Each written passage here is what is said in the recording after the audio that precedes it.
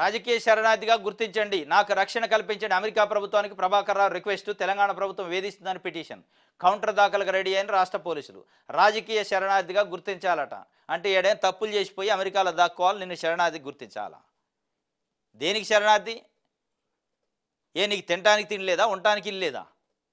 రాజకీయ శరణార్థి అట ఆయన. శరణార్థులు అంటే ఎవరుంటారు? ఇల్లు వాకిలి తుఫాన్ వచ్చేదో కొట్టకపోయో భూకంపం వస్తే శరణార్థులు అవుతారు.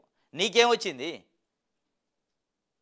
నువ్వు చేసిన దందాలు, నువ్వు చేసిన వ్యవహారాలన్నీ గుట్టు ఎప్పుడు బయటపడుతుందని పోయి అక్కడ దాక్కొని మంచిగా ఏసీ రూమ్లో ఉండి తిని పండుకుంటాం. మళ్ళీ రాజకీయ శరణార్థిగా గుర్తించండి, నాకు రక్షణ కల్పించండి. ఎవడినేమన్నా రక్షణ కల్పించడానికి? ఎవడన్నా నిన్ను కొట్టిండా తిట్టిండా? అరే రారా నాయన, న్యాయ ప్రకారం ఇక్కడ విచారణ చేస్తాం. నువ్వు ఏమైనా తప్పు చేసి ఉంటే నేను జైలుకు పోతావు, తప్పు చేయకపోతే ఇంటికి పోతావు.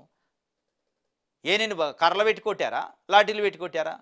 ఏమన్నా నీకు 3rd డిగ్రీలో ఉపయోగించారు? నాకు రక్షణ కల్పించండి వేధిస్తుందంటే ఏం వేధించారు? కాగితం పంపిస్తారు. కాగితం పంపితే కూడా వేధించడేనా? నోటీసు పంపిస్తారు రమ్మని. ఏం వస్తేంది? నీకు తప్పు లేకపోతే, నువ్వు నిజంగా దొంగ కాకపోతే, దొంగ పనులు చేయకపోతే వచ్చి విచారణ ఎదుర్కో.